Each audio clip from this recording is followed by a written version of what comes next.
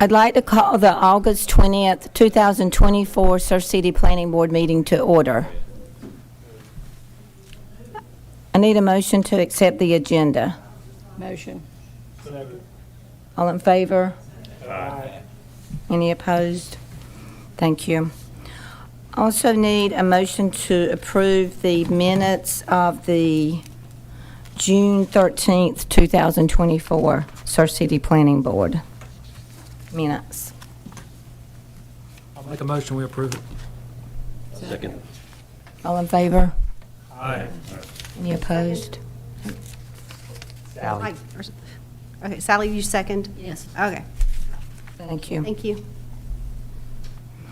Do we have anyone here for public comment, Amy? Sean is going to go check the list for me.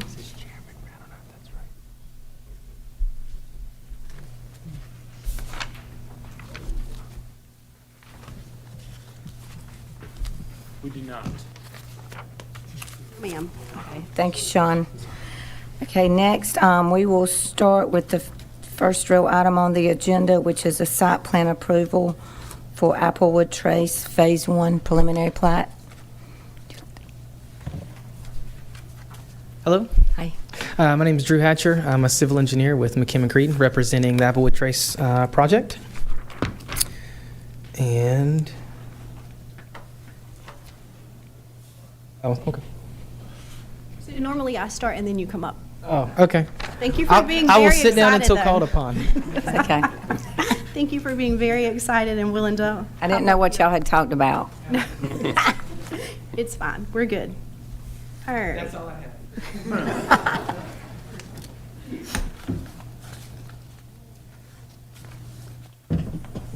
Okay, so first tonight, we have Applewood Trace.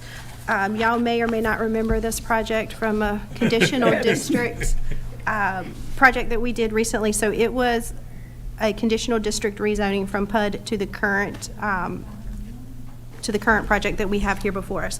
So on behalf of Turtle Creek Ventures LLC, McKim & Creed Incorporated has requested a preliminary plat plan approval of Phase 1 of the Applewood Trace subdivision. The project consisting of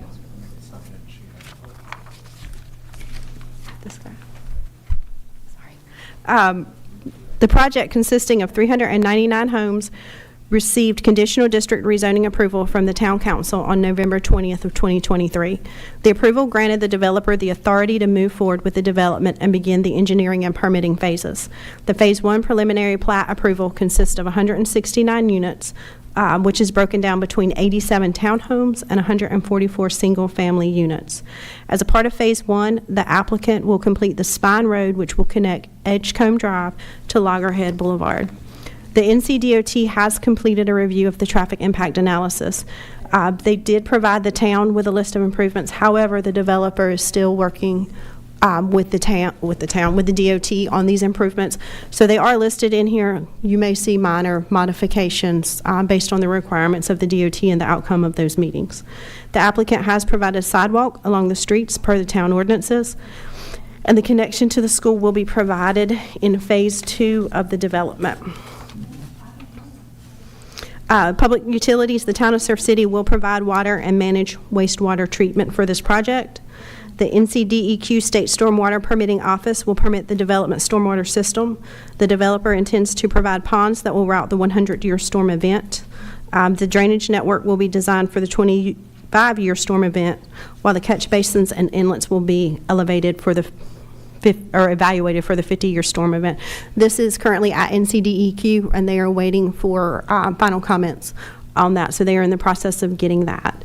The applicant has just received their sediment and erosion control since I put this packet together, and they'll be continuing to coordinate with the Army Corps of Engineers as needed for any wetland concerns. The site plan notes the setback requirements outlined in the planned unit development ordinance, and the site provides a 25-foot property buffer along all property lines. And then landscaping of the development has been provided to meet the PUD ordinance requirements. So that's in that big old stack of plans pages that y'all got. The development will consist of roads built to a combination of NCDOT and town standards. The town's ordinances reference NCDOT standards except for the asphalt stone depth. The town standards regarding the pavement cross-section will be met. The development has provided roadway width and turn radii to accommodate the town's largest fire apparatus. So as a part of that conditional development, we had approved conditions. So I just went through each condition and then stated in your packet how that condition was met. So if you have any questions about those conditions, please let me know. Otherwise, the staff has reviewed the site as submitted. The site plan does vary from the original approval in that the townhome portion of the plan has minor changes to the street layout and shape size of the units. Also, the original plan did not allow any property to be owned as a part of the townhomes. The new layout allows a small yard section and driveway for each townhome, with the remainder of the area being community property. The design also removes the on-street parking and provides on-site parking within the driveways for each townhome. Staff has recommended submittal of the preliminary plat as submitted. Please let me know if you have any questions. And Drew's here and would be happy to speak.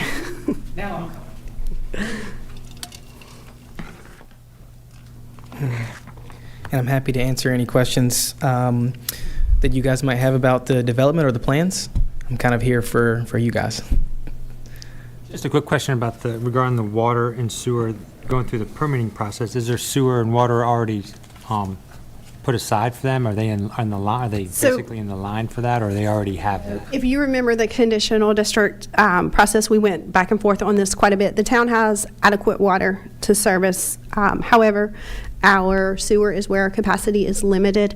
We have a developer's agreement with the developer, and they are providing certain infrastructure. Once all that infrastructure is permitted and in, then they will have sewer capacity. And David Price is here and would be happy to answer any sewer-related questions you may have. So they're providing their own sewer kind of? No, they are providing. We're providing reclamation area. So basically, once the sewer's treated, it has to get back to the environment as a clean water, a place to basically put the clean water back into the environment. We're providing area for the town to do that on our property. That'll be done by spray field or leach fields? Or No, it's all subsurface.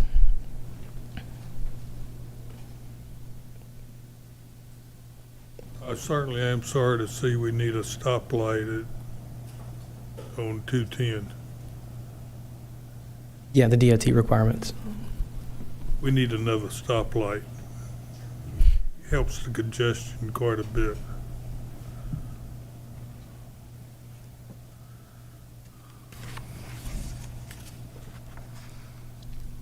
And I guess the other, I'm just looking through, so that all this traffic will flow back onto 210. We don't have anything going to 17 No, and we this, do. So it goes through Edgecombe Estates. so it's going back through the. Yeah. So there is a connection, so Man Hollow, and then you come through Edgecombe Estates, and the Spine Road is being built as a part of this Phase 1. So the connection will be, We'll have everything open by the time they put yes, this- that's part of the reason in the Yeah. phasing is because that roadway needs to be built, so they're building along that roadway the whole way through. Yeah, emergency services requires those two entrances to be active before anything can go vertical. It'll be going through Edgecombe, not out through, not over the wetlands out to 17. Correct. Correct, yeah. Yes, sir. And that underground, subterranean, whatever you want to call it, a catchment for the clean water, that's going to be underneath the green space, right? Correct, yeah. At the surface, it'll just be a field, ball field, something like that. It can be utilized. Yes, it's part of our open space plan. Now, we can't put structures on it, but we can use it for ball fields, play fields, things like that. And the amenity center is a part of Phase 1, so it Yeah. will come in Phase 1 and not the next phase. And once it's permitted like this, it can't be changed. Am I right about that? So this is the preliminary plat, which means that they can start building all of their roads, getting their permits, doing all of their infrastructure. And then it will come back to council at the very end, once all of this is in or a bond is in place, for final plat. And final plat then gives them the PIN numbers to start selling the lots. So this is it. This is the plan. Conditional district ties it to the site plan. There can be minor changes like we talked about in here, but there couldn't be major changes. Like, they couldn't come back and put in 500 homes. Yeah. They're still limited to that number of homes. They're still limited to the product type. They can't come back and put apartments and, still meet the You can't numbers. sell off the green space and let somebody else put something else in there. Right. Correct. Yes, ma'am. And that's part of the conditional district, is that they can't change the green space and make it, I don't know, More townhomes or something like that. We have a hard cap on the number of units. but they couldn't put a, Right now, I'm worried about 10 years from now. they couldn't put a commercial space in the middle of the greens there. Yeah, no, the entire project has a hard cap. Even if someone were to come in and purchase the HOA, there's still a hard cap on the number of units we can have in the community. And that was a condition of the conditional district rezoning. It's what we're seeing on this drawing, phase one. I can't tell exactly what you're looking at, but yeah, it's this. Everything you're seeing here is phase one. And how many total phases are you Phase expecting? two. 2 phases. So 2 total phases? 2 total phases, yeah. What percentage of it is complete in this phase one? A little more than half. A little more than half, so it's a Yeah. little over 200 units. Yeah. I think Amy said the 87 townhomes and then the. 31? Yeah. 69 units. So 87 townhomes and 144 single-family. What's the total number after phase two? The total cap is 399. 199. So 399 minus 187 is going to make phase 2. Where is phase two? Phase 2 is that's not shown. We're just showing the preliminary plat for phase 1. Phase 2 is basically where we're having these roads that are stubbed, and let me see if this might be better. This is Colonial Heights. Well, can I skip through to our? Yeah, I don't even know what's on there. Okay. I don't think that's the right presentation. Phase 2, everywhere that you see a road stub, so stubbed out from the roundabout, there'll be a roadway here for part of the remainder of the townhome units. And then on the northern end of the site, there'll be another road that comes in and fills in here, kind of like an L shape with the remainder of the single-family units. Yeah, on this map, all I'm seeing is wetlands. Yeah. Can I see what page you're looking at there? So the phase 2, the original, so they have to match the plan Sure. that they originally showed. I just wonder where that, I don't have the original plan. I gotcha. I can, I'm sorry, say again. It's basically where this stubs out, there's some upland area here, and Yeah. then where there's a stub here where there's going to be a road that comes and connects there, and so in this upland area. And the here. mid-rise are gonna be where? The mid-rise? Yeah, What's up? you're not gonna have the apartment? No, there's no apartments on this one. So with the new layout, is there going to be fewer townhomes? It's going to be approximately the same breakout of the units. The only difference is previously it was a build for rent product. And so they were still essentially townhomes, but they were only rental units. Whereas we've rearranged it slightly with the road network to take parking off of the street, give dedicated parking to each unit, and those units are available for sale. So they'll be sold individually. And then the HOA will still be in place to maintain the common space. But in this case, each townhome will have its own dedicated parking, and they'll have their own little yard space as well. So it's really not for rent project, it's. No, it's no longer a for rent project. It's a for sale product. And in addition, another bonus of that is by taking all of that parking off of the street, we're actually increasing open space on the site as well. I just want to make the number just don't add up. Yeah, I think that your It should be 161 should be a little bit higher. So 231 instead of 169. oh, I'm sorry, yeah, it's 80s. Yeah, the 87 plus the 144 is the 231. 231. So I guess it's closer to 60% of the total units. Same density, but it's a little more spacious layout. essentially. Correct, yeah. We're losing a lot of that built-upon area that we needed for the street parking. And so by taking that away, the driveway spaces are basically you end up using less concrete and asphalt to get the same amount of parking. Parallel spots, just generally speaking, are larger than perpendicular pull-in spots in front of your home. So we get some more green space. Did you have any, did you work with any of the existing Turtle Creek residents or get any feedback from them on this project? Yeah, I mean, so at the beginning of the project, they really did not want the rental product at all. And so in a way, we're kind of going back and getting rid of the rental product, which I think will make them happier. We're also, decreasing the Builds Pond area. Hopefully, it gives us an opportunity to save some more greenery as well.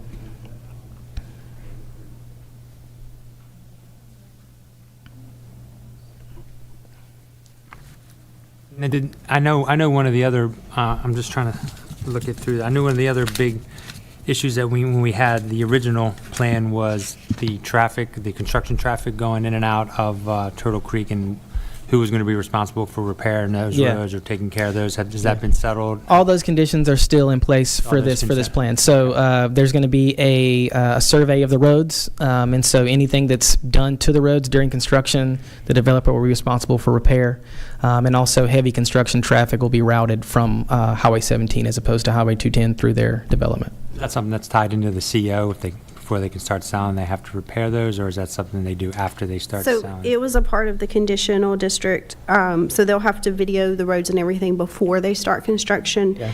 And then we will review and repair after each phase of construction. So after phase 1, we'll stop, before they start phase 2, we'll look at it and see if any repairs need to be made. And then at the end, before the bonds and everything can be released, then they would have to do it again. And then the Edgecombe end is a dirt road, and they're having to build that road anyway. Yeah. Is all that property on Edgecombe, has that all been procured? It's public right-of-way, but it's just public right-of-way that was never paved. And so as part of our development, we're going to pave their roadway. Roads are all built to highway standards. Yeah, they're built to DOT and town standard. I assume Turtle Cove was also. Turtle Creek was, I believe, the asphalt changed between the time that one was built and the time that this one was built. So these streets will actually have a thicker pavement structure than our older roads. I'm just concerned about traffic throughout, not just construction traffic, but afterwards holding up to the additional traffic. So they're built to the standards of the time. Obviously, they're older roads, and they're going to need resurfacing at some point. They are town streets, so they would be resurfaced as a part of our street program. Maintenance. Okay.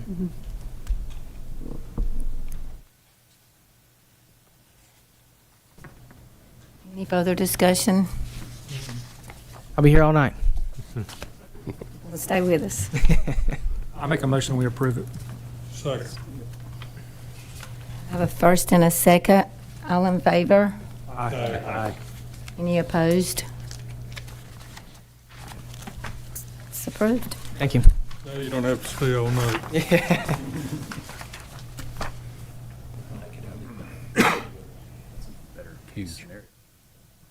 Okay, Amy. Next, we have some rezoning request. I think Ms. Austin wanted to speak during the public comment portion and just didn't get her name up there. Do you still want to speak, Ms. Costin? Yes. Okay, so if we can go back to the public comment and let her speak, and then we'll move through our projects. Thank you. Ms. Yeah, Cox, come on up. would you like to?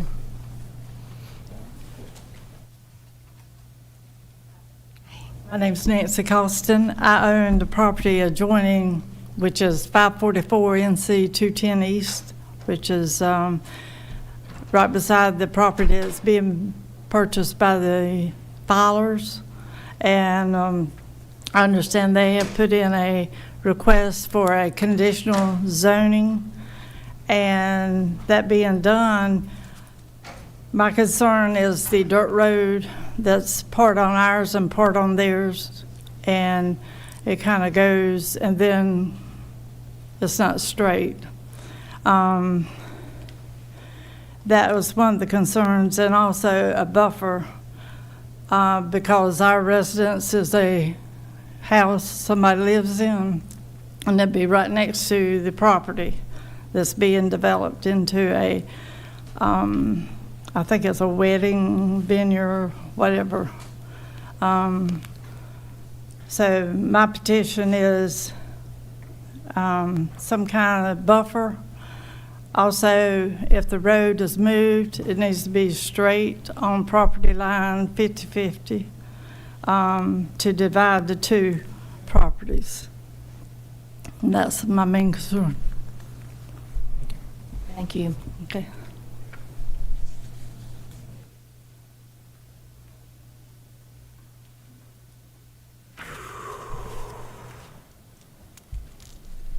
You ready to move to the next one? So our next request is the Filer rezoning request, and this is for a conditional district request. This is for approximately 6.73 acres of the overall 8.62 acre tract. So you'll see in the site plan that it's the back part of the property and does not include the part against the road. Tay and Becky Filer are requesting the approval of a conditional use zoning map amendment to rezone a portion of 2 tracts of land totaling 6.73 acres from office and institutional to conditional district zoning with a C3 underlayment. The remaining 1.89 acres, which are adjacent to the roadway, will remain O&I. The subject properties are in the 600 block of NC 210. They are across from the community college, just for a better point of reference. And they're shown on your map. The applicant is requesting to rezone, again, the approximately 6.73 acres from office and institutional to conditional district with an extended commercial district underlay. A bubble site diagram showing the proposed event center has been provided for your review. The site plan is not engineered and is a high-level view of the intended development. If approved, the site plan would have to adhere to all requirements of the C3 zoning district, general requirements of the site plan, and would limit the use to a 10,000 square foot event space with associated parking. So basically, this conditional district takes the whole table found in Appendix A 4.19 that shows all the uses and just limits it to assembly and gets rid of all those other uses, so it can no longer be a gas station or a Walmart or a gas station or a big box store or anything like that. It could only be the use on this plan. The applicant would also be responsible for meeting all local, state, and federal regulations. The engineered site plan would be reviewed by the TRC, the planning board, and the council before final approval was issued. So the office and institutional district is established as a district to serve as a transitional zone between residential and non-residential uses. The regulations of this district permit intensive development provided that necessary public and/or community water and adequate sewer is available. The extended entranceway commercial district is to provide for additional commercial uses which are suitable, practical, and appropriate for the mainland area of Surf City's planning and zoning jurisdiction. Its regulations are designed to encourage a continuity of uses along the main thoroughfare onto the island, enhance the landscaping of properties in the district, to provide a commercial district with an expanded number of permitted uses, and to limit access points to NC 50 and 210 to preserve the transportation capacity of the highway. So the requested use is going to be assemblies. Access, the subject property has direct access to NC 210 and will have to meet NCDOT requirements to receive a driveway permit. The applicant has not provided a trip generation summary. If approved, a traffic impact analysis may be required as a part of the site plan submittal process. An event center typically operates outside of the normal peak hour traffic. However, the site will generate traffic in a more defined period of time as opposed to a traditional office and institution, which would see traffic more evenly distributed throughout the day. So if they don't, if the DOT does not require them to do a traffic impact analysis, they would still have to get a driveway permit. So if any turn lanes or anything were needed based on their requirements, they would make that determination, not us. The site will receive water and sewer from the town of Surf City. Approval of this rezoning request will not place the applicant on the sewer wait list. A site-specific plan will need to be submitted and approved by the town council or staff, depending on the applicable ordinance, before being placed on the wait list.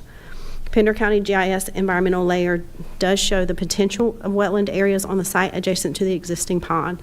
The applicant has worked with the Davy Group to determine that the wetlands located on the site are non-jurisdictional. The applicant will be responsible for receiving a stormwater permit from NCDEQ if the rezoning is approved. The subject property is surrounded by the Town of Surf City and Pender County zoning districts. The Town of Surf City zoning districts include office and institutional to the north and east, with Pender County Residential Performance District being to the south, east, and west. The Residential Performance District is intended to allow a variety of residential uses and densities and limited commercial activities as well as agritourism. Your zoning map is shown in your packet tonight, as well as a table noting the land use and the zoning in each direction surrounding the property. The Town of Surf City 2022 Land Use Plan provides Chapter 5, Land Use and Growth Management, as well as Map 5-3, Future Land Use Map.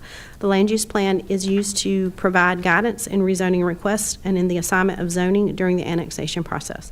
If the proposed rezoning request is approved, the Future Land Use Map will automatically be updated with the new zoning. If the request is denied, the Future Land Use Map will remain unchanged. There is a copy of the map in your packet for your knowledge.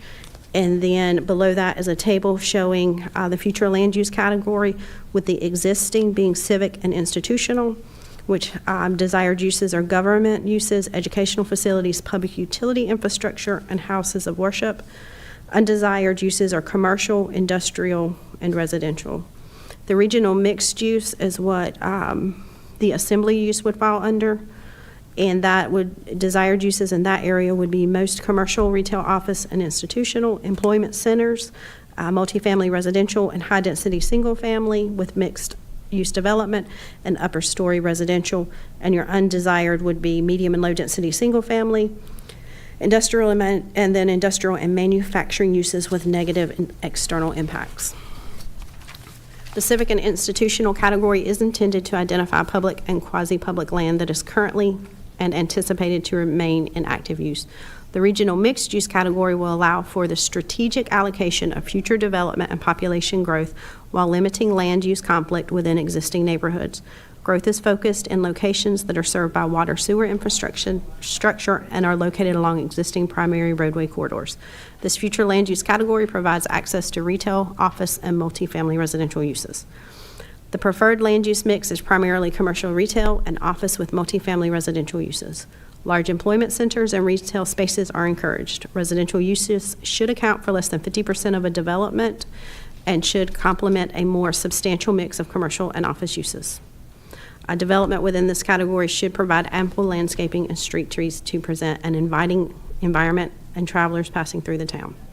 So in reviewing it, the comprehensive land use plan, the policies that do not support it are Objective 5.1, to maintain the small town family-friendly atmosphere at Surf City by encouraging low-density residential development, compatible business establishments, preserved natural resources, and park recreation facilities. This being a use out of the C3 isn't necessarily compatible with the surrounding residential uses. The town generally requires that any official land use and development-related actions remain consistent with the policies adopted in this plan and any other applicable plan. Any actions that are inconsistent with such plan shall require a statement. So it's inconsistent, as this area is already shown as more of the office and institutional use. The town supports additional compatible commercial development, in particular small-scale restaurants, cafes, food markets, and retail establishments. So this is a larger business and would not be considered a small-scale business. The town discourages large retail commercial projects when not located along the US 17 corridor. So with this being off the US 17 corridor, it doesn't support it. And then town ordinance requirements, Appendix A, Section 12.3.3 of the town ordinance provides the requirements for approving a rezoning application. A statement of reasonableness and plan consistency shall be submitted when adopting or rejecting it. The requirements are in your packet. Staff is submitting the proposed conditional district use rezoning application for the planning board's consideration. The proposal is inconsistent with one objective and 3 policies of the Town of Surf City's land use plan. This plan supports commercial growth. However, more intense development, as allowed in C3 zoning, is supported along the US 17 corridor and not within the NC 210 corridor, which is surrounded by residential uses. As noted within the above policies and objectives, the most intense C3 zoning does not support the small town, small-scale development that is supported outside of the US 17 corridor. The plan also supports office and institutional zoning as a transition between the more intense commercial use and residential uses. The rezoning request would allow intense commercial uses to be placed adjacent to residential properties. So the planning board will need to take action to recommend approval or denial. To approve, the board will need to make a motion and then insert the reasoning. To deny, you will make a motion to deny it with the one objective and 3 policies listed below. The applicant is here and would like to speak and present as well.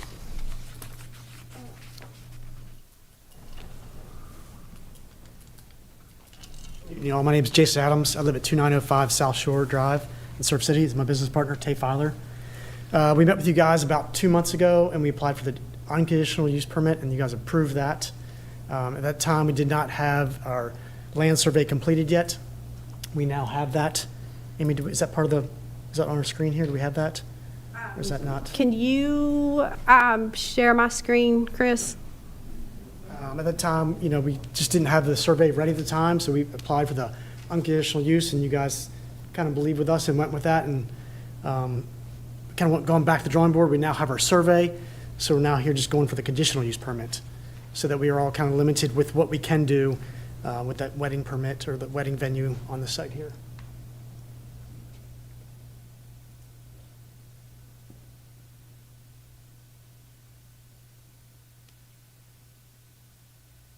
As you can see, it sits back off the road pretty good. Lots of buffer space, lots of green space. It's a venue we plan on using probably 30 days of the year. Is kind of our estimates what we're looking at, so it's not like a major thing. Our event is capped out at roughly 200 people. That's 100 cars on estimate, 30 days of the year. It's a pretty small impact on an area that really is on the outside skirts of Surf City. We're within a couple 100 yards of a Lowe's, within a mile of a Walmart. I mean, there are some residentials in the area there, but it's not like, there is pretty good buffer there on that 9 acres. And I'd like to point out that it's already zoned O&I. I believe this is a less impact than what could go there, which are under the list that she provided, or you said you can read on there. So like Jason said, 30 or so days a year, I don't think the traffic is going to be as much as what you would see for a whole year for what could go there. Could you address Ms. Constance, her concerns on the driveway? Is that something that you guys So the can? driveway is on the property lines, and it does curve and actually goes more through our property. We are more than glad to move it back to her property, but it sounds like we'd be taking away her property by doing that.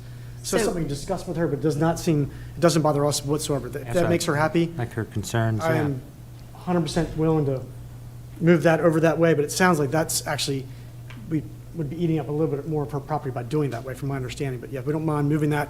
It's not even a driveway we're going to use for the venue. The venue driveway is in the center of the property. She's referring to this driveway there that actually kind of cuts into our property. So we've already moved our landscape and our property this direction. So we've kind of given away more of that. So if that makes her happy, that's great. That road's a little complicated because those people that are using it in the back, what's the term, Becky? Use by right, not by ownership. So, I we believe understand why there's only she's. a couple of houses back there, and we're fine with that. I don't mind. It doesn't affect ours. We're not even using that. This is part of the property, so we plan just leaving that off to the side, and it really doesn't affect us whatsoever. And when we met with the people that live back there with Nancy, they were concerned that we were in some way, we're trying to cut off their access to their property, which we in no way are. And I also think that once they've realized the things that could go there currently under O&I think they were a bit relieved to see our project was probably a little less impactful than what could go there if we don't move forward with this.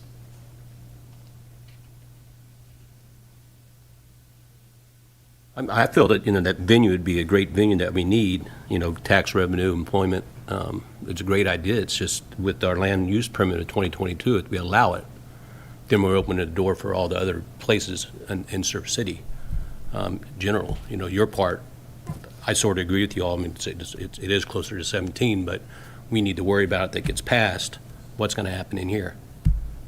closer to the bridge. By use, and we're doing this by, every individual case, that's why we're here, presenting it as a conditional use, so that, every time it has to go in front and be approved. But once we go through, we approve it, then the 2022 will all, So once we approve it, it changes the map in the plan. So the map says that it still needs to be an office and institutional. It needs to be that transition area. It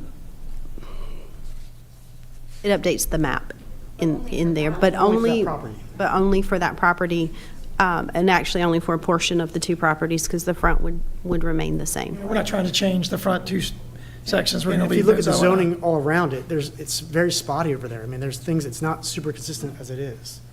But there's not a single policy that supports this. I noticed it's blank under the, Not from what I didn't read any yeah, that supported it. so there's nothing in there that supports this in the future land use plan. Not the way that I read it. Yeah. Amy, is If you're going to speak, please make sure you're at the microphone. this an application for a conditional use? This is a conditional district, yes, sir. So what happens if this thing goes belly up? Then there's a building sitting there that can be an assembly, and that's it. So it could become another kind of assembly. That's an assembly. Yes, it could become anything that falls under an assembly use. So I think one of the allowed uses at the moment is a fraternal organization. So if I wanted to go in and build like an Elks Lodge or something like that, it would look exactly the same and probably have exactly the same use. So I think that, if you look at some of the allowed uses for the O&I think it meets exactly what we're doing. We're just calling it something different. It's a for-profit business instead of a non-for-profit fraternal organization. But, the layout would be the same, the structure would be the same. We're using as little of the property as we can because we want the green space, we want the water, we want the buffer, we want the parking. So I think the impact that we're making on that property versus what you could have with O&I is significantly less than what you would see from a rehab facility or, a water filtration plant or an ambulance service. The things that fall under O&I think are far more impactful than what we're asking to do. And it does seem that there are allowed uses that are exactly the same as what we're asking for or awfully similar. Do you envision wedding services or receptions in this? Both. Both. Is that use tied to it, Amy? Or could somebody purchase the property and use it for some other, they don't have to do weddings there? I mean, could they have a concert there or? Anything that would fall under the assembly's definition would be able to be in that building. Ma'am, would you please state your name? Becky Filer. I'm just wondering, is there anything in the assembly's definition that would disturb the neighbors, I guess? So part of that, we would fall back on the building code for assemblies, and I do not know the definition. That was one of the From things there. that we asked when we met with all of the neighbors was what were their concerns about that, and certainly noise and light and things were some of their concerns. And we told them that that was why we developed the property the way we did with the parking all the way around it. So we proposed doing some fencing and some plantings along the edge to make sure that if somebody was pulling up with headlights in, if it was pointing towards your house, obviously we want a barrier or a barricade there, so that didn't bother you. But also we wanted to keep, the noise and the crowd as far away from those edges as possible, for us as well as for them. If you're taking wedding photographs and you've got people out there, you want to see that beautiful lush green space and that beautiful green backdrop, and that creates, the privacy for us, creates the privacy for the people around us as well. We told them we want really good relationships with our neighbors. We want them to love having us out there. I think O&I would probably be a lot quieter solution though, for what's intended there versus an event space. I think it would depend on what you put. If you put a fire station in there, that's going to be awfully loud at all kinds of different times of night. If you have a rehabilitation center there, there's, that can be a pretty massive impact. And if you have 9 acres of office and industrial, That's going to be a whole lot different than that building with just those people, you know, a limited number of days out of the year. Schools are also O&I? Mm-hmm. School could also go there.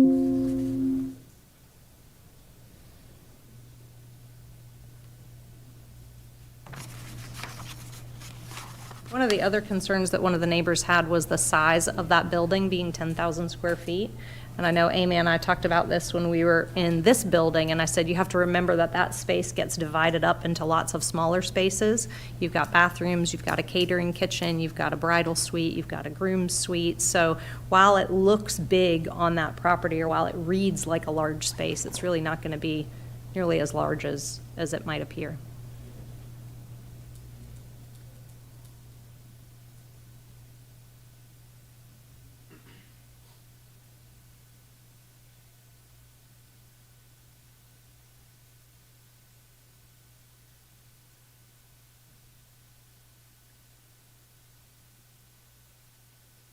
I mean, are you researching something for us? I was just looking through, it's actually office and institutional, not industrial. So industrial is not allowed in this use. Industrial allowed, it's office and institutional, which is a Yeah, so like daytime if the light community activity. college wanted to expand to that side of the road, yes, the community college could expand, but industrial uses would not.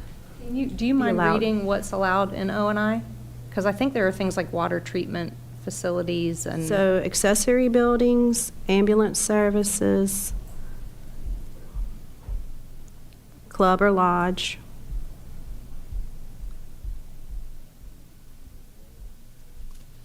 Janitorial service, a lab or medical or dental, municipal parking area, which a municipal parking area is allowed in every single use in the town, medical offices, traditional offices, public buildings, public or private electric utility substations, distribution lines, transformers, water tanks and sewer plants, public utility workshops and storage yards, rehab facilities, religious institutions, schools, trade schools or tech schools,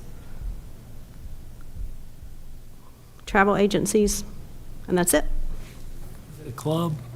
Like a Moose Lodge or a American Legion. American Legion, Masonic Lodge, the. Define club though, I mean, club could be a golf club, right? I mean, that could be lots of things. Not when it's put with those other uses. Build a club and rent it? I don't know why we're. Rent space. We're at the Moose Lodge, Rent the so. space? Moose Lodge does weddings. Yeah, is what? And the Moose Lodge is an event space for weddings and all different things too. Or any other thing they want to rent it for. I'm not sure how it's different. I don't think it's different. It's called out different in our ordinance, but are the uses similar? Yes. Yeah. Semantics, I think. So if office and institutional includes clubs, such as American Legion, VFW, stuff like that. Elks Club, VFW, something like that. Which you can rent out for a wedding or yeah. Or a- The Why- civic, it's for civic organizations. You can rent out those places for weddings I at didn't- night. So I don't know why. I understand why, if that's the case, why do they have to have a different rezoning? Because Or they just- fall under assemblies and not civic or fraternal organizations. So that's the way that the table is right now. It's things that we're looking at in the ordinance rewrite, but that's the way that the table is. They would fall under assemblies, not a civic organization or What's the fraternal name of lodge. this? Do you have a name? Tyler Lodge? Yeah, finally. We don't have a name yet, but yeah, that's one of the ones we're kicking around, yes.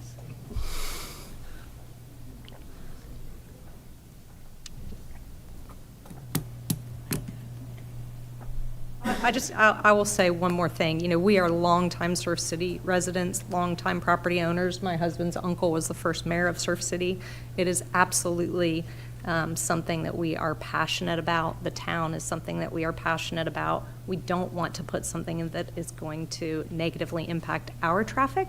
We drive 210 every weekend with you guys back and forth all the time. You know, I think that the traffic from this facility is going to be running at times when we don't have all of the traffic issues out there. You know, if we were to put a school on that property, the traffic that you would have on 210 would be miserable. You know, we are, obviously, it's a project that we are personally passionate about, but we do think that it's something the town needs. We have put a lot of effort into trying to make sure that it's something that complements what the town wants and needs. So I hope that you can see that. Well, other than like weddings and receptions, what else would you allow the property to be used for? We don't have any plans to allow it for anything else. Gotta figure it will be used for other things, so, down the line, particularly if the wedding venue stuff doesn't go over. Well, that will be their decision to make. Yes, but I'm saying the possibility. It would still, the capacity would still be limited. You know, we still have noise ordinance in place for Pender County and Surf City, so there's still all kinds of things that will limit, you know, prevent it from being a nuisance. Could also be a storm shelter for a hurricane. You know, there's other things that could be used for things that you're not thinking about too that aren't necessarily negative. You have to rent it. It's expensive. We'll cut you a good deal. Not allowed to say that.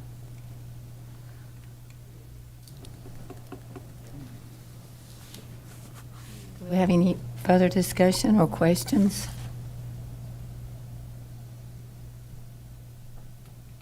See, it's, Highway 17. We're right next to a power plant.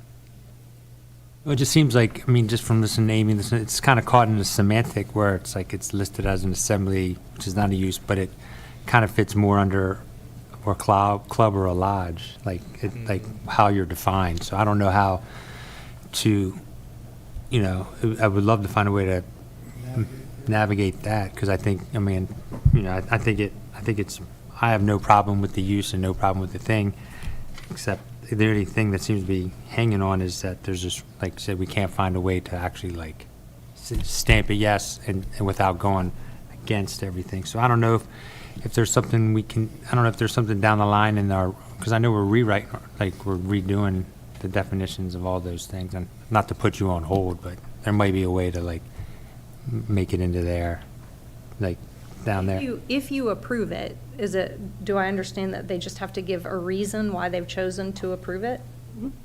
Okay. And so. So this is only a recommending body. Correct. So they're recommending, yeah, so if council approves, if they recommend approval, they'll say why they're recommending approval, and it can be as simple as they feel that even though your use is listed in the C3, it is closely aligned with the O&I uses. And then just that, those two parcels on the map will change colors. Right. And then that doesn't change any other parcel. It doesn't require you to change anybody else's allowed use, and it doesn't change anything else on the map. It would just be this particular specific parcel. to the portion of these two parcels that you're doing. Yep, not even the whole parcel.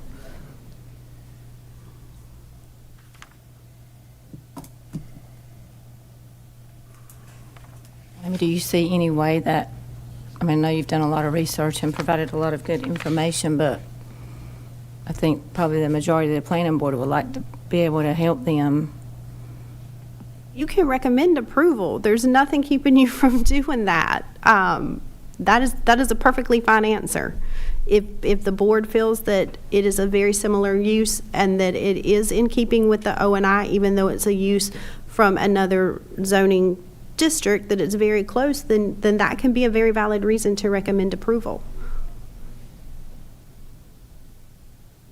I can't see a lot of difference between a club functionality and a wedding venue functionality. Like the Moose Lodge or that kind of civic club. I mean, you can have drunks at both of them. Can have drunks anywhere in town, Mr. Ward. As well as sober people, Mr. Ward. That's my office.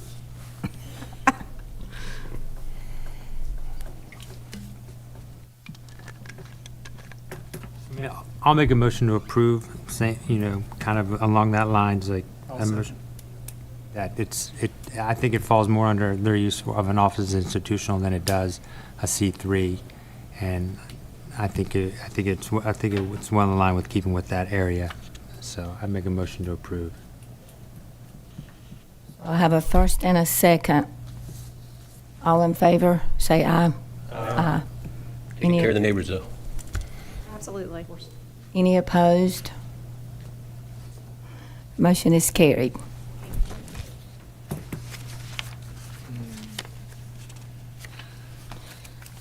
Okay, next we have the Sniff Davis rezoning request. Okay, so the Sniff Davis Properties rezoning request is also located on NC 210. The combined property is approximately 82.46 acres.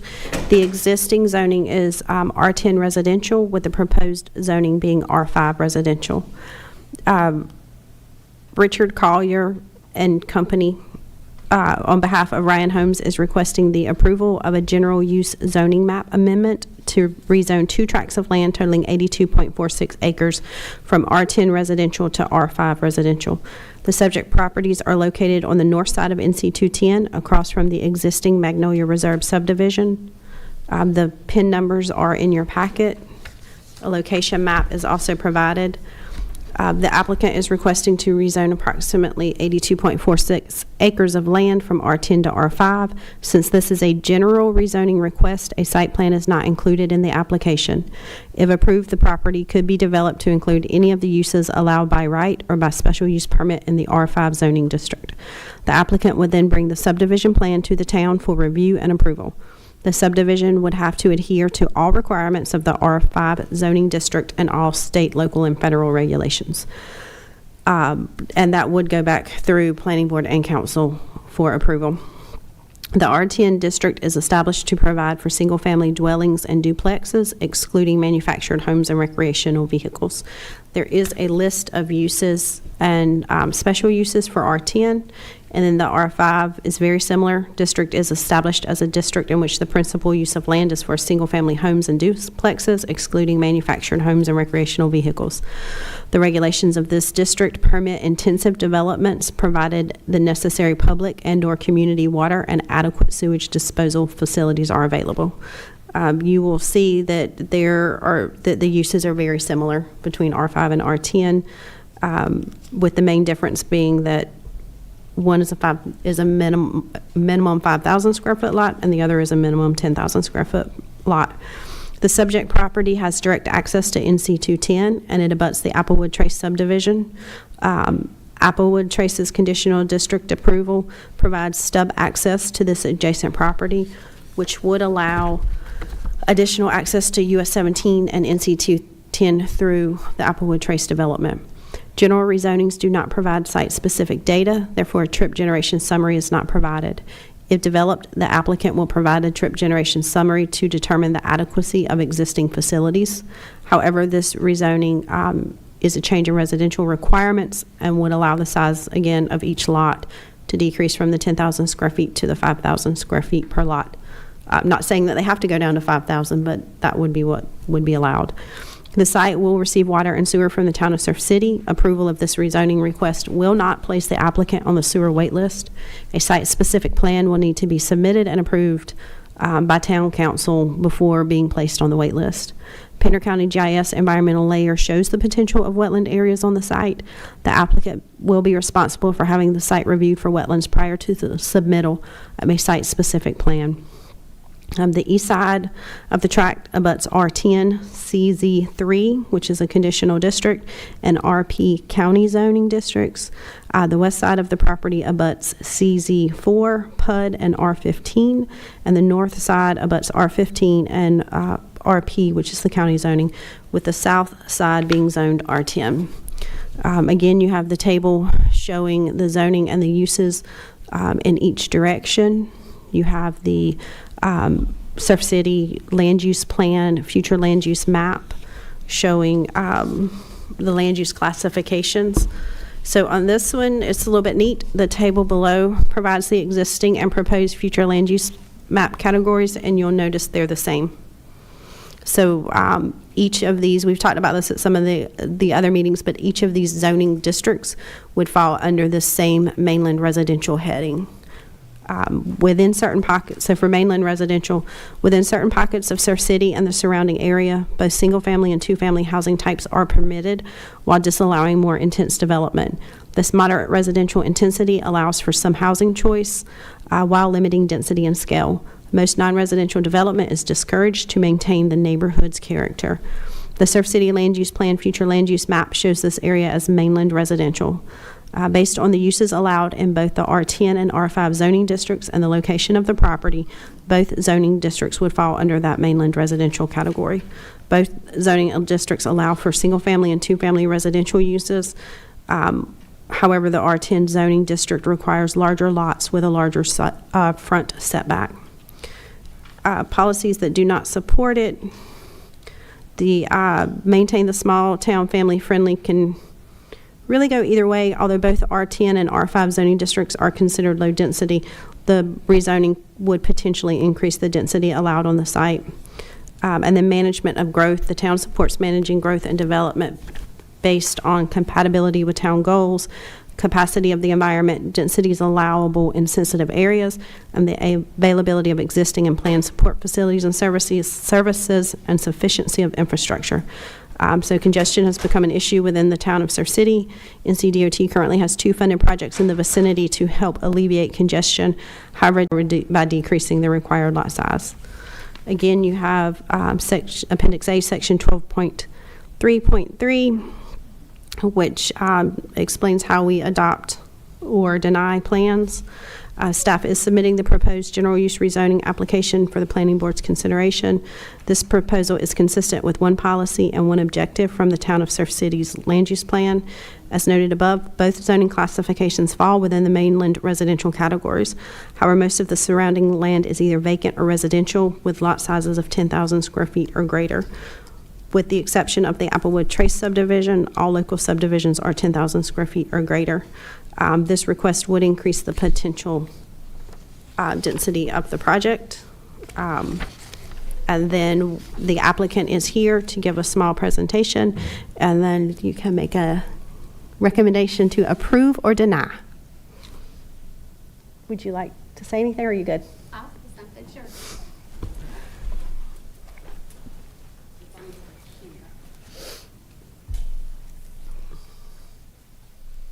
Good afternoon. I'm Tara Schwinspire Murphy. I'm a land planner with McKim & Creed on behalf of Richard Collier, who's unable to be here today. I am with Michael Grosclove, who is with Ryan Holmes, and Drew Hatcher, civil engineer you saw earlier. And we appreciate your time and, of course, Ms. Kimes' report. I'm going to be brief, and then we will be available for any questions you have. Can I advance this? It may not be on. Make sure it's on.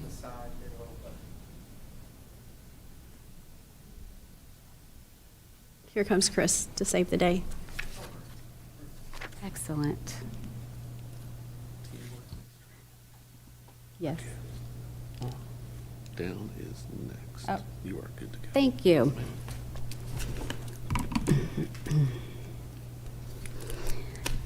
This is the subject piece of property with an aerial photo behind it. There are some wetlands that are going to be on the site, and of course future mapping will be required. The current zoning is R10, and we are asking for the R5. In addition to the economic benefit by increasing some tax revenue once developed, the proposed R5 zoning would allow for the smaller lot sizes, which in turn will help us to cluster the density in the upland areas, preserving the wetlands and allowing for additional opportunities for more open space and amenities than probably would be achievable with the larger 10,000 square foot lot sizes under the current zoning. Amy acknowledged that this is a straight rezoning and we're not tied to this plan. However, this is the current concept for this property, and the current concept has 178 lots. This R5 development would be a single-family residential subdivision with 50-foot wide lots by 120-foot deep lots. So these are 6,000 square foot lots. And like I said, this is 178 units. So you can see that once you take the wetlands out and roads, these lots are bigger than 5,000, and we're still not able to get a double density increase by going from R10 to R5. In addition to the access to NC 210, access to NC Highway 17 would be through Applewood, the stub that they are required, and the SNFs own a parcel that connects to Walter Jones Drive, which is a potential another access point out. And of course, those connections would afford drivers choices in how they access Highway 17, which would in turn distribute trips from NC 210, alleviating some traffic concerns which are on 210. So regardless of the design, those connection points are given or can be made through those developments.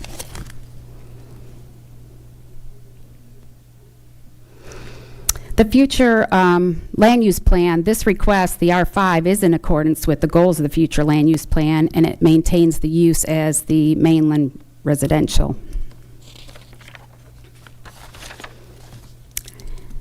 Rezoning to an R5 will assist us to increase the single-family housing supply.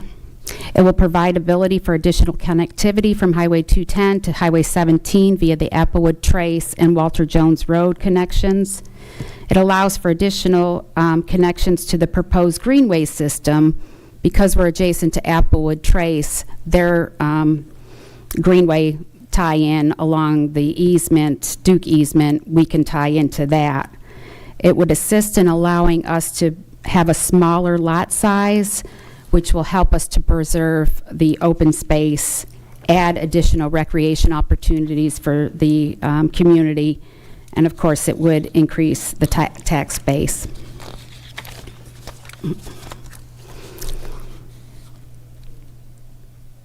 This request is consistent with the future land use plan and is compatible with the surrounding residential area.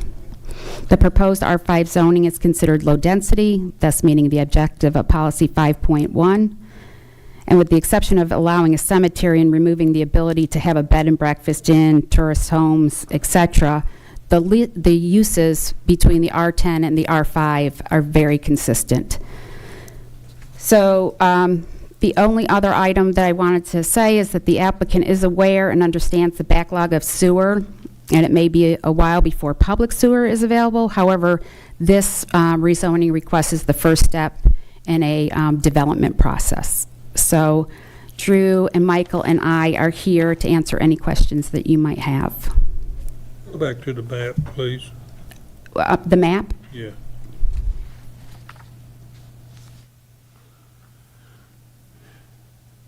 No, not that one, another one, your development plan. You gonna be adding more traffic to Applewood Trace?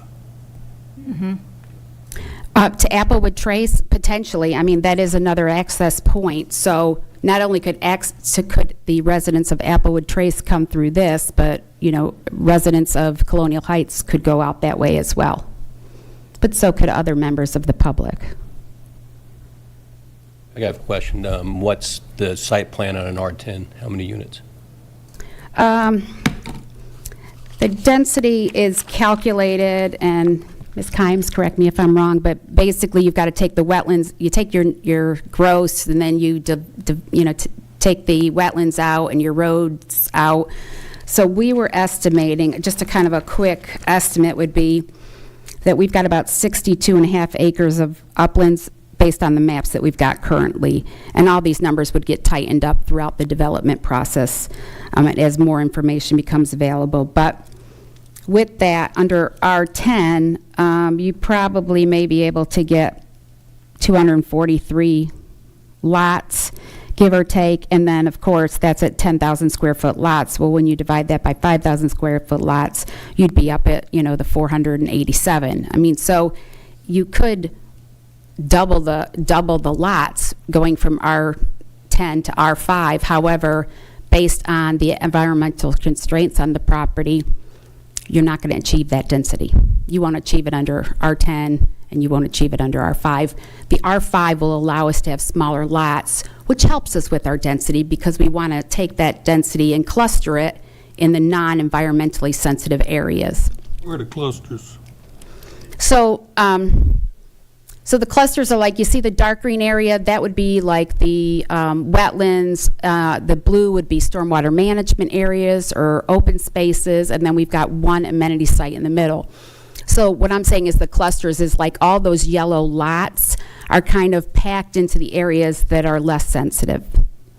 So this lot, this plan right here at 178 give or take lots is actually less dense than would be allowed under the current R10 zoning. You couldn't build that because of the density. We couldn't build it like that under the current zoning because those lots would have to be twice as big. Remember, this is a straight rezoning, so that picture really doesn't, Yeah, so they could come back later with a different site plan. yeah, they're if we not tied to approve. this at all. And, you know, obviously, there's not but so That's much true. they could do because there are some wetlands on it. But They might any find more uplands. site plan specific questions are completely irrelevant to the rezoning. It does, though, fall under, you know, the R5 and the R10 fall under the mainland residential use. It comes down to whether or not the potential to have to double whatever the number is that they come up with in that buildable area is the difference between the R5 and the R10. In all seriousness, when are we gonna get 210 4 lanes? It is in no funding studies at this time because it will always go to a two-lane bridge. Which was my gripe to start with the bridge. We're getting a lot of population out there. But I think that the more connections you make, the more exterior connections that you make through, you know, through neighborhoods, et cetera, will help to relieve some of that pressure on 210. Because if people have choices in how they get to 17, that will assist in relieving some of the pressure on 210. It's not a silver bullet by any means. You been on Topsail Island on Saturday lately? Exactly. I have not. I mean, Applewood Traces, we've already put so much on them already with this new development with Logan coming in. And you have another development with 178 units. It's just going to be a parking lot over there. Again, we can't discuss the number of units because it's not a true, it's not a conditional district. Right. It's not final. But it's an indicator of what could happen. Yes, so this indicate is 6,000 square foot. So R10 would not allow that, R5 would. But the plan supports residential with concern, from my standpoint, with concerns with the infrastructure. Say that again, Amy. So the plan does support both R5 and R10 in this area, where the ones that I said were against it because the majority of it's both mainland residential.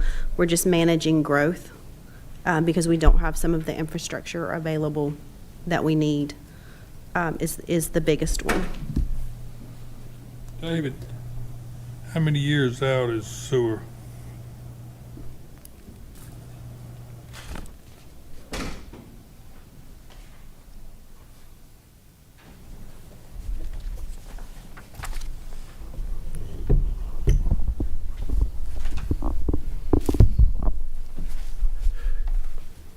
On or around September 15th of this year, we'll have 240,000 gallons coming available. Of that, 200,000 gallons already on the wait list, freeing up about 40,000 for future development. About 3 years out, and don't quote me on this, please, we'll have another 400,000 coming online. As of last Friday, we have submitted for an NPDES permit. The state has 180 days to review it. If we get that and build that, within 5 years, we'll have 2 million gallons. Yes, sir. But I I cannot speak to the number of gallons this project is requiring or where they fall on the wait list.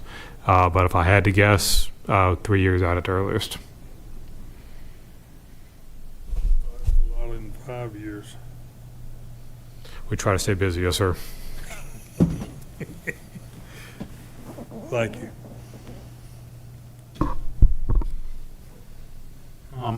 I think ultimately, the project presented, in itself is good, but I think, like, to Amy's point, we're trying to say R10 to R5, so we're allowing a double increase in that property if we approve that. Is that to be understood, regardless of what she's presented up here? Potentially, you're Right. going from a minimum of a 10,000 lot to a minimum of a 5,000. So potentially, you're doubling the capacity.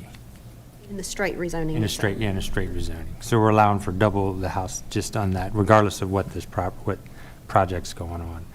So, and I think I'm more akin to, at that point of, we're allowing double, we like you said, we're allowing double the houses, and I don't think that's a wise idea at this point, and especially in that area going forward. Yeah, let me speak to the density issue and the lot size for a second. So another thing that we've had with public meetings that we've done for projects like this or Applewood Trace is the affordability of the homes, which has come up a lot. Not just for people who already live here who are trying to start a family, get out of an apartment and get into a home, but folks who are also commuting from base and things like that in Jacksonville who live in this area. A 10,000 square foot lot and up is going to be a larger, more expensive home. Right, it's going to be less affordable. It's going to probably reduce the affordability in this area.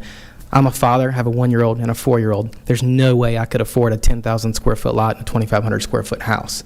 And so part of this density change, yes, there's going to be more homes, but those homes are also going to be more affordable to families who live here, who already live here, or who are growing out of their current situation and need to get out of apartment and want to have a place for their little girls to run around.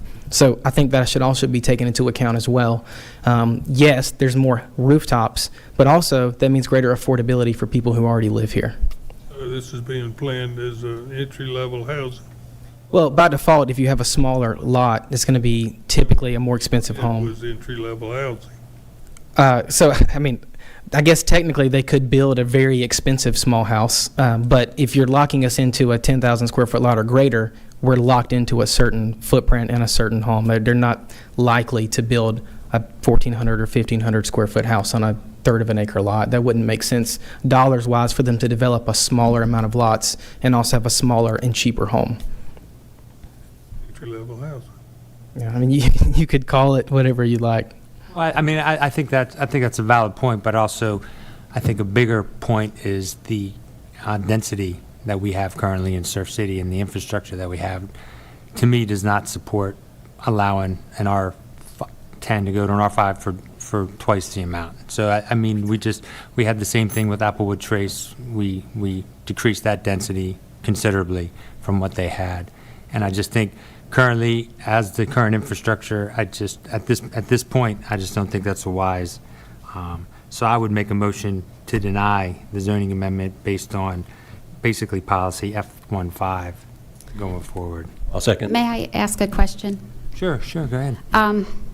Just out of curiosity, if we were to come back to you all with a request for R5 with conditional district that would allow you really to consider the site plan and lock in a density count, would that be something that you all would be open to supporting?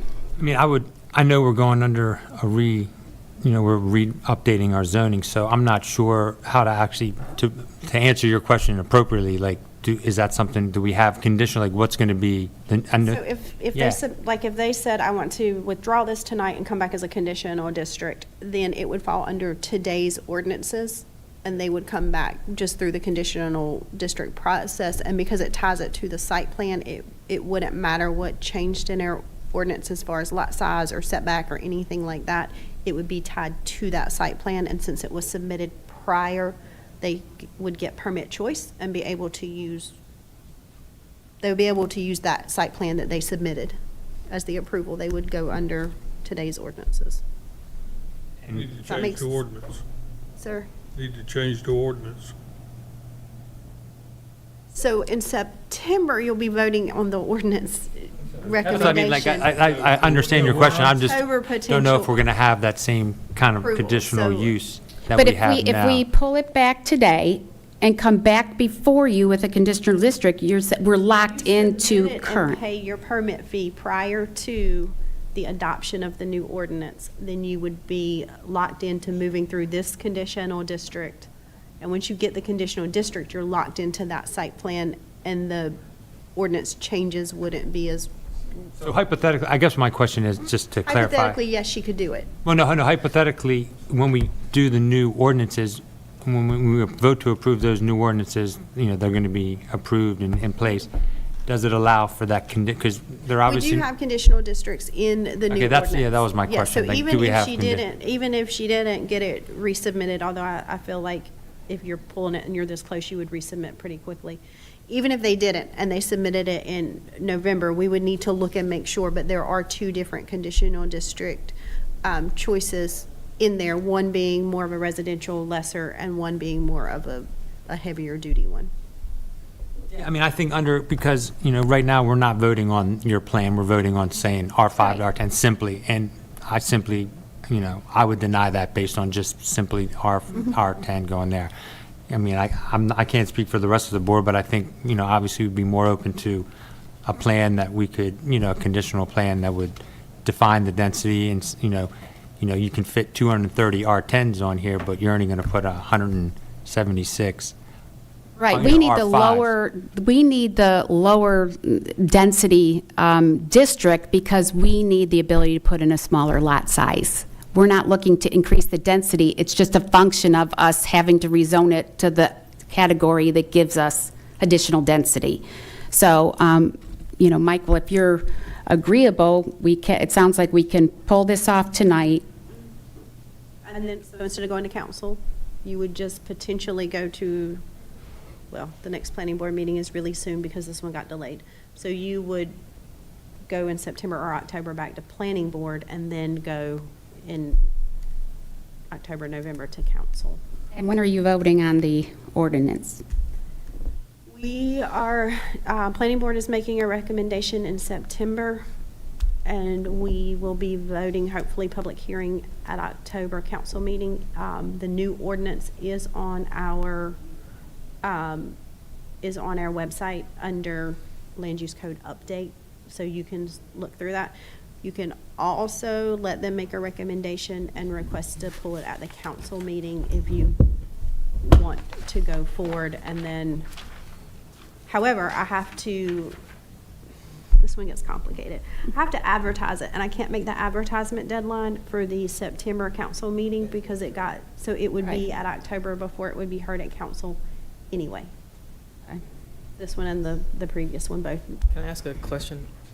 So it sounds like the concern really is that because we can't consider the land plan, that in your mind, it's, well, we're What's approving. presented, yeah, what's presented What's before us, we're presented is approving double You're approving the lots. 477 Yeah, lots exactly, or we're approving whatever. it, so, Okay. like, to that point, and so, we wouldn't, I'm Yeah. pretty sure as a planning board, we wouldn't want to do that. Okay, that makes sense. That's what I wanted to clarify. Because of the wetlands. Never do straight Yeah, but rezones, it's ever. it's the always idea of conditional. you're going to be able to do that, and Nobody approves we straight can't, rezones. we can't base our ideas off of, oh, that's a great plan, but you might not do it, and do it on that thing, so, Okay. yeah, It sounds like our client would like to pull this request back.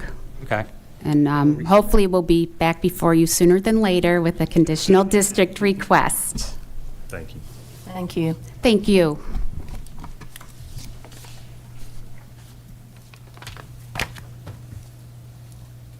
Amy, do you have any project updates for us?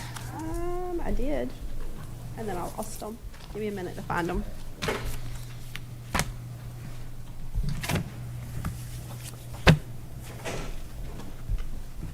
You can have all those. Find me. Sorry. That's pretty good. Never heard now. All right, so Evolve TRC plans have been submitted. All comments have been sent to them. We are waiting for them to respond to Your mic. Oh, sorry.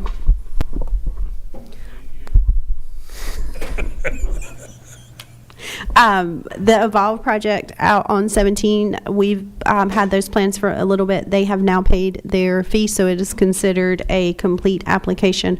All comments have been submitted back to them, and we are waiting for those, for the response to that. Once we get those, if everything's good, we'll move it forward to planning board. The restaurant retail on the corner of Edgewater was a sketch plan review, so just kind of a high-level review. We have submitted all of the comments to them and are waiting for the actual TRC comments. Applewood Trace Phase 1 obviously was on tonight. Valvoline sketch plan, we have provided all sketch plan comments. Multi-tenant retail, which is where the roll-up storage sign is on the left going to the island. We have submitted all sketch plan comments to them. They did send me an email today with some revisions, so I'll have to look at that one. Sunrise, daybreak, sunset, down here by the bridge is, we're waiting for Charles because during the TRC, he said that there would be some updates, so I need to reach back out to him. Magnolia Reserve, 7A and 7B final plat. We are waiting for them to dedicate the fire access turnaround to an easement to the town instead of having it on private property.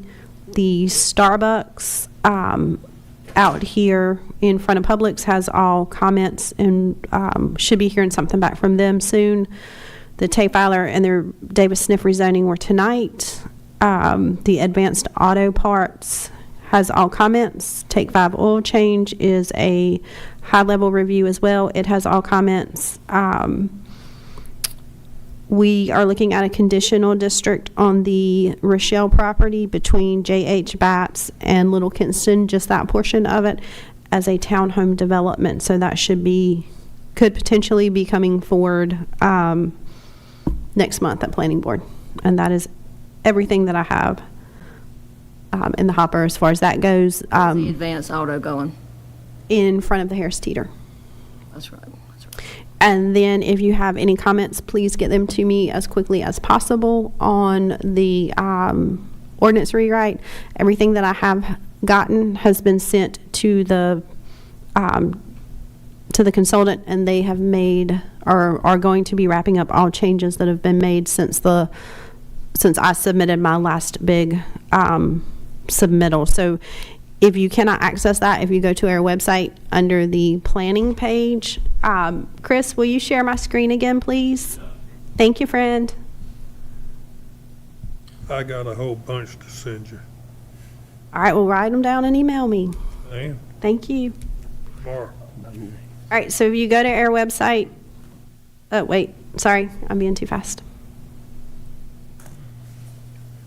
Okay, if you look at that screen back there, if you go to our website and go to Town Services and then Community Development, okay, and hover correctly, Community Development, dagnabbit. Down here is the Surf City Land Use Update. If you click on that, here is a link to our current ordinance, and then the proposed zoning ordinance is here, and the proposed subdivision ordinance is there. It has been emailed to y'all, but it did have one of the links where you had to go into the file. So if that is not opening, it is right here at your fingertips. And it has, before it was in individual chapters, it has been combined into all 9 or 10 chapters are in one document, so 188 pages instead of being broken up. Where can I find the Surf City Road ordinance? So if you go to our website and you go to Town Services, Community Development Planning, which I am not good at, on the right-hand side, you will see a list of important documents that we like to use. And the street regulations are right there. And then in our ordinance, it references NCDOT. So you can dig through and get to that. So you can find a driveway permit application there. So NCDOT, you'll go to their subdivision streets and regulations manual to look at, at that one. We do have a few things that supersede in our streets regulations, but they're right here. Thank you. Mm-hmm. That's all I have, but please make comments if you have any.